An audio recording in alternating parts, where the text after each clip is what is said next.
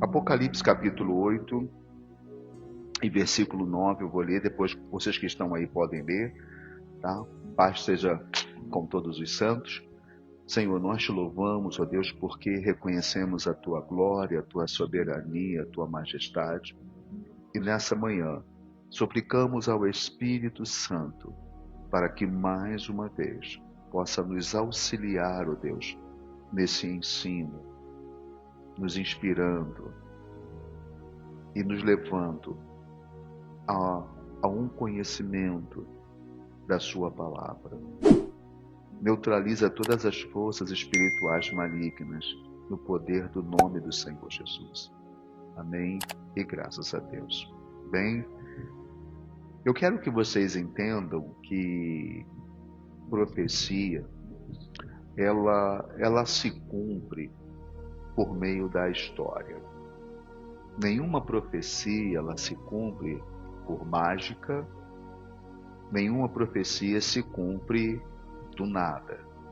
Então, como se dá o cumprimento de qualquer profecia?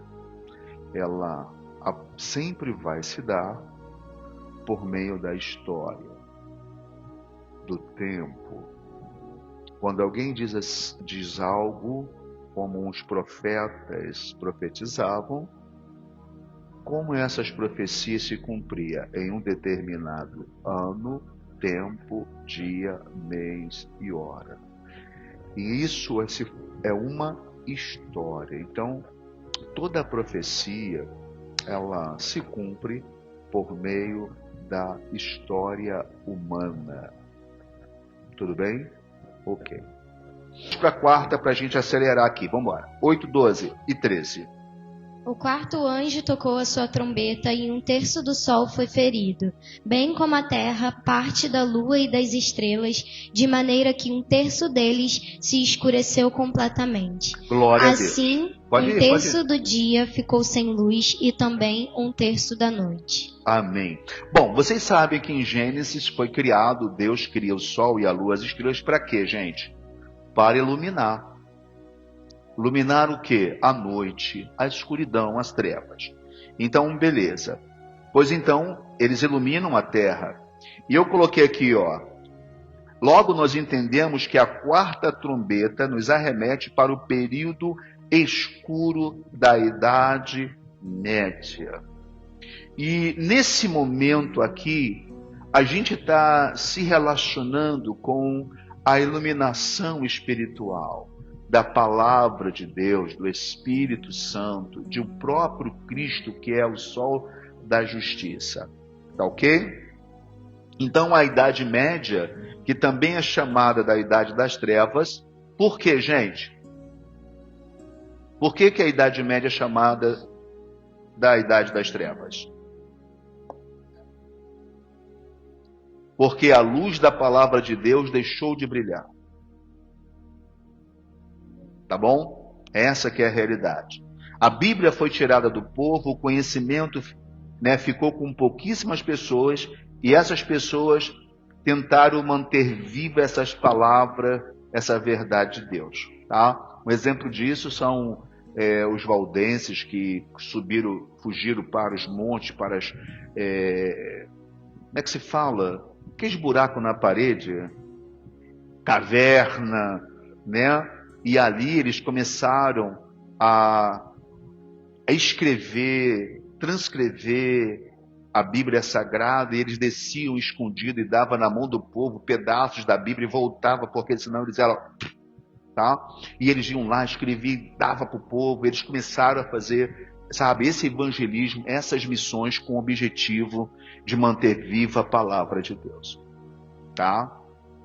Então, por essa razão... E nesse período, eu até anotei isso aqui, é importante, tá, gente? Então, nesse período, foi as trevas que reinavam. As trevas tomou conta, tá bom? Tomou conta. Foi nesse período aqui que a França faz uma confraternização, né? Uma assembleia, e ela vai justamente declarar ao mundo que Deus não existe. A França faz isso, tá bom? A França faz uma assembleia e declara, ela pega uma imagem imensa e coloca lá de uma mulher, né, dizendo que a única coisa que existe é a razão. E isso fez o quê? Isso deu ocasião para que o ateísmo surgisse e se desenvolvesse. Porque a partir daí, Deus começa a ser questionado. Deus não existe. É nesse período que o ateísmo surge. Então, ela coloca lá, né, o nome dessa mulher como símbolo da razão. Foi na Catedral de Notre Dame. Eu acho que está lá ainda, né? Esse símbolo dessa mulher como símbolo da razão. Inclusive, né, inclusive o direito, né, tem uma imagem dela, né, segurando uma balança.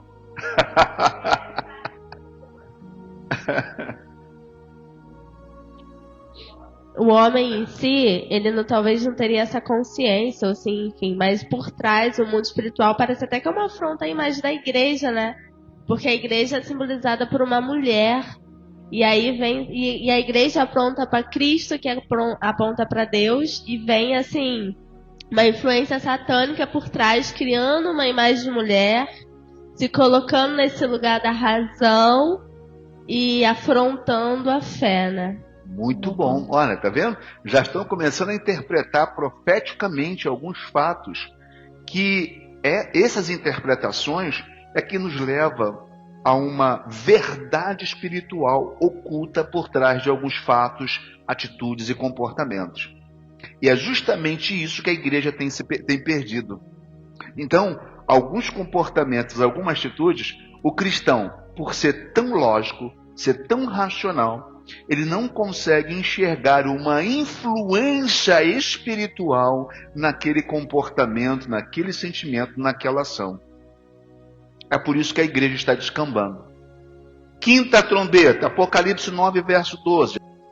Então o quinto anjo soou a trombeta, e observei uma estrela que havia caído do céu sobre a terra.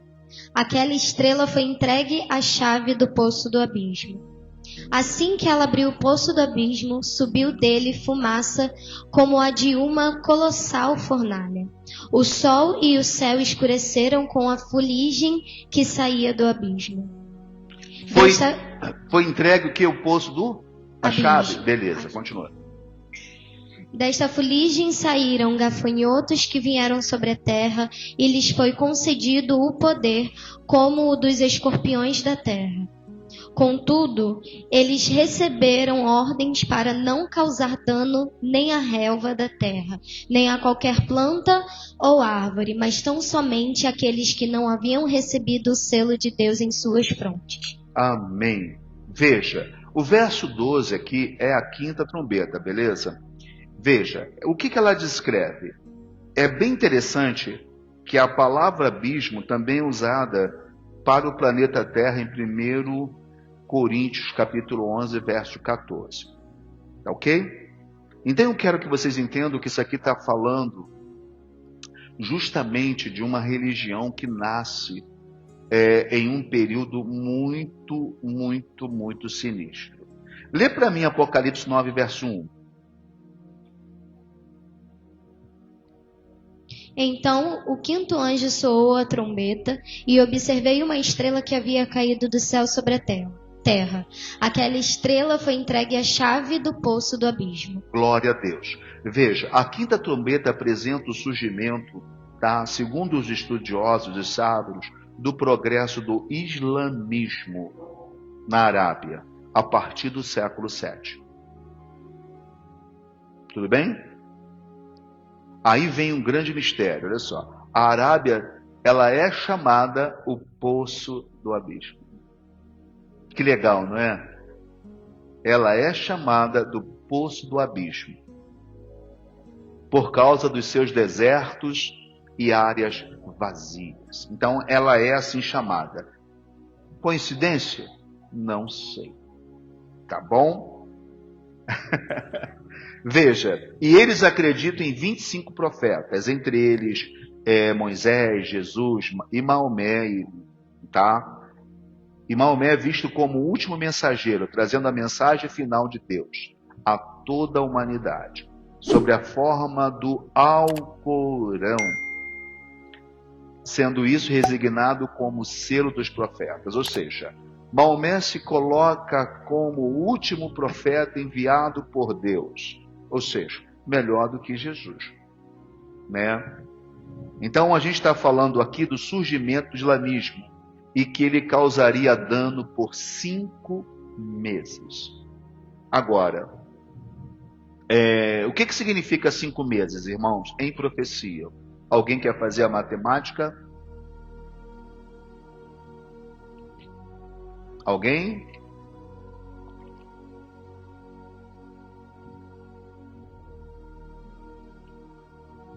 Vê o versículo 10. Lê para mim, 9 e 10. 9 e 10? Tinha também... Possuíam couraças como armaduras de ferro, e o som de suas asas assemelhava-se ao barulho de muitos cavalos e carruagens correndo em direção à batalha. Tinham também caudas e ferrões como de escorpiões, e em suas caudas carregavam a capacidade de provocar tormentos à humanidade por 5 meses. Olha bem. Tá, vamos lá. O que diz? Vamos lá. O que significa tempo em profecia? Vamos lá? Bom, o nosso calendário é 30, 31, 28, 29. Tudo assim. Mas o calendário judaico não, tá bom?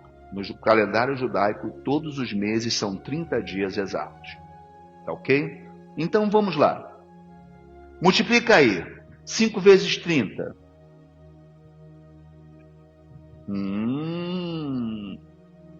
Então em profecia seria o quê?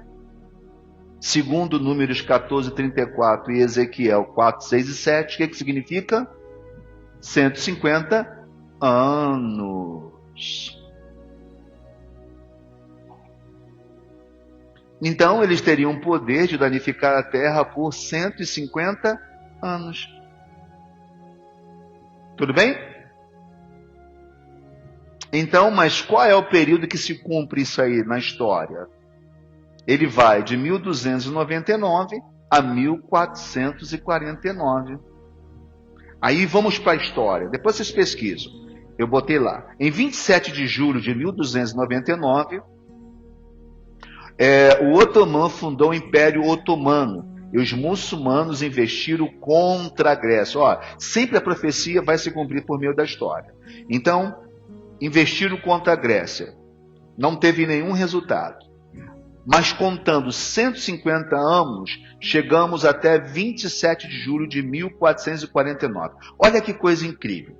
Em 27 de julho de 1299, eles fundaram o Império Otomano, tá? Que é os muçulmanos, e foram contra a Grécia e não arrumaram nada. 150 anos depois, em 27 de julho de 1449, os muçulmanos venceram a Grécia e tiveram domínio no Oriente da Europa. E isto favoreceu a descoberta da América. 150 anos. É incrível, né? 9, 13, 15. Então o sexto anjo fez soar sua trombeta, e ouvi uma voz que se projetava dos 4 ângulos do altar de ouro que se encontra na presença de Deus, dizendo ao sexto anjo que empunhava a trombeta: solta os 4 anjos que se encontram atados junto ao grande rio Eufrates. Foram então soltos os 4 anjos que se achavam preparados para aquele exato momento, dia, mês e ano, a fim de que matassem 1/3 de toda a humanidade. Hora, dia, mês e ano. O que vai acontecer se a gente juntar todos esses cálculos proféticos aí? Tá bom? Vamos lá. Um dia, 1 hora. Vamos lá, gente. 1 hora. Quem lembra? Não. Você lembra quando a gente fala que o céu ficou vazio por meia hora? E quanto é uma meia hora? 7 dias, uma semana. Então, 1 hora, 15 dias. Entendeu? Vamos calcular. Então tá. Aí a gente tem 30 dias. Quanto tempo é? Cada dia, segundo Ezequiel e Números, 1 ano. Então são 30 anos. 360 dias, anos. Agora soma tudo isso. 391 anos. Esse é o princípio profético da sexta trombeta. Isso é para a gente chegar lá, tá?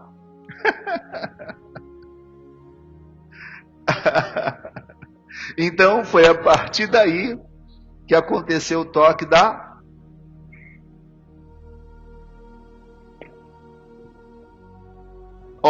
se a gente pegar o período de 27 de julho de 1449, se lembra? Ok? E a gente viajar 391 anos e vamos botar 15 dias para frente, vamos chegar aonde? 11 de agosto de 1840, que foi a queda do Império Otomano. Eles conquistaram lá, aqui eles perdem. Esse foi o símbolo do toque da sexta trombeta. Muito legal, né? Cara, eu amo essa percepção histórica, profética. Por quê?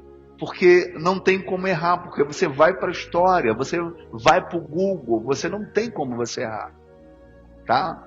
É bem interessante. Vocês podem até pesquisar sobre isso. Tá bom? Então se dá a sexta trombeta com a derrota do que eles conquistaram. Sempre juízo e sentença sobre os perseguidores de Cristo. Sempre será o toque da trombeta se dará dentro desse cenário. Tudo bem, gente? E agora nós vamos encerrar com a sétima trombeta. Apocalipse 11, verso 15. Graças a... Pode ler? Pode. Então o sétimo anjo fez soar a sua trombeta, e aconteceram no céu fortes vozes que proclamavam: o reino do mundo se tornou de nosso Senhor e de seu Cristo, e ele reinará pelos séculos dos séculos. Eita, glória a Deus! Pode prosseguir? Não? Tá ótimo aqui, eu só vou aqui agora. Bem, então o que a gente conclui com o toque da sétima trombeta? Quem se arrisca? Quando a sétima trombeta foi tocada? Assim, pelo que a gente escuta, que a gente vê por aí, o pessoal fala que a sétima ainda não tocou não. Que já tocou até a sexta, mas a sétima ainda não foi. Por quê? Porque leva aquele entendimento que quando tocar a sétima trombeta já vai ser o fim dos tempos.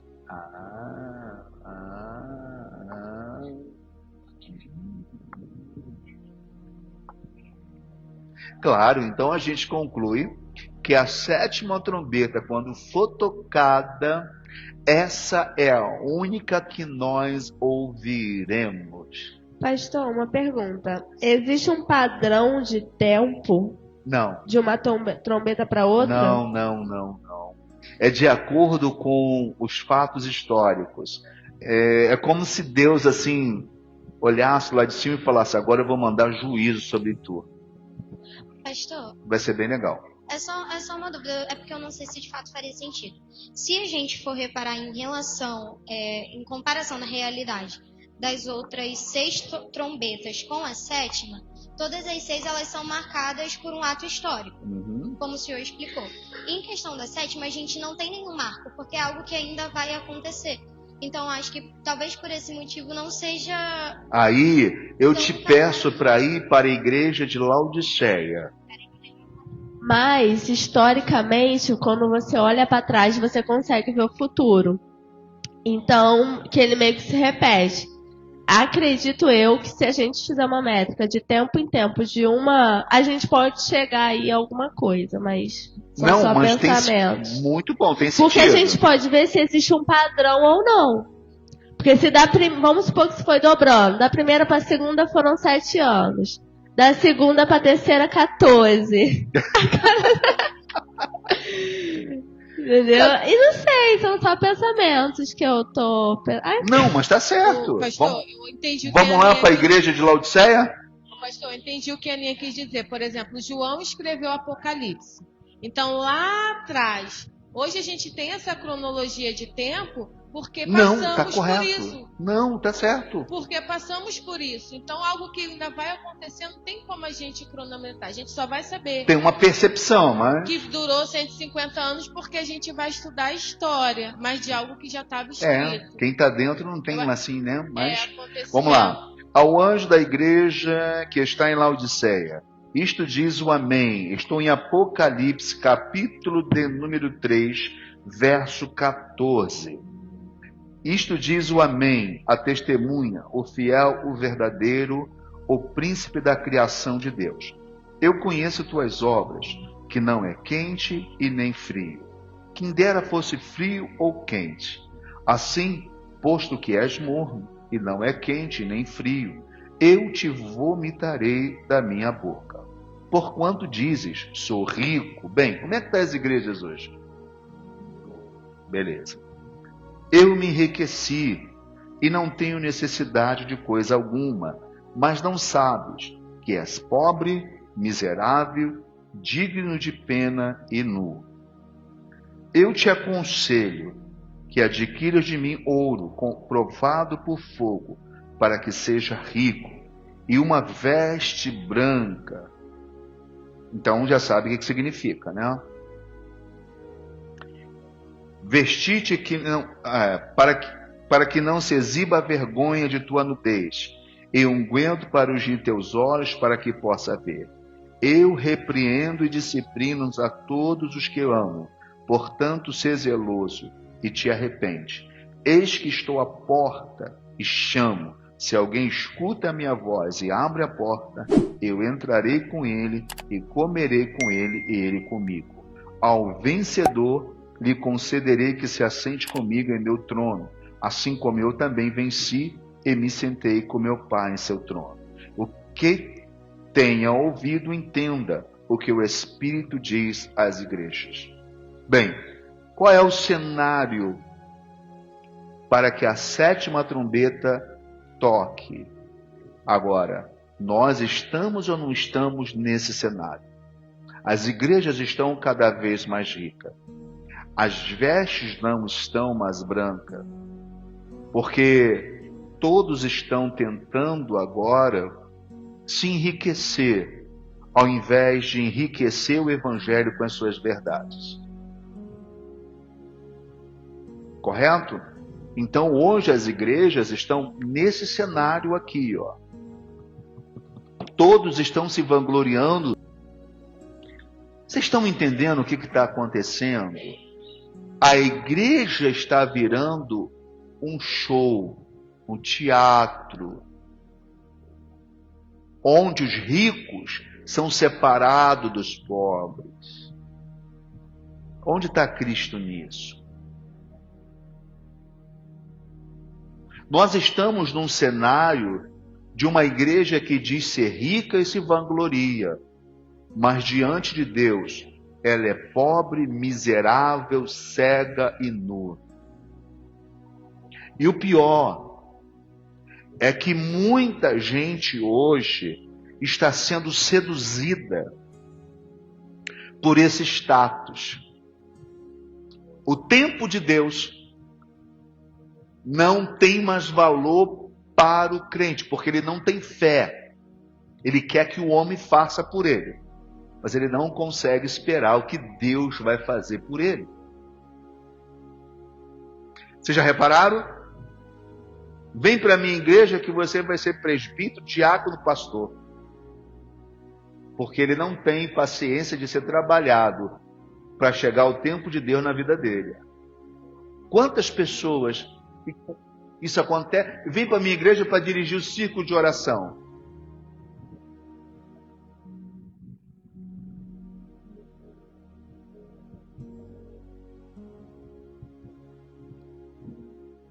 Eu costumo dizer que o problema não é de quem chama, o maior problema é de quem aceita. Quem chama está sendo usado pelo diabo. Quem aceita foi seduzido por ele. Então o problema não é de quem chama, porque quem chama já está perdido. O problema é quem aceita, porque se torna perdido naquela hora.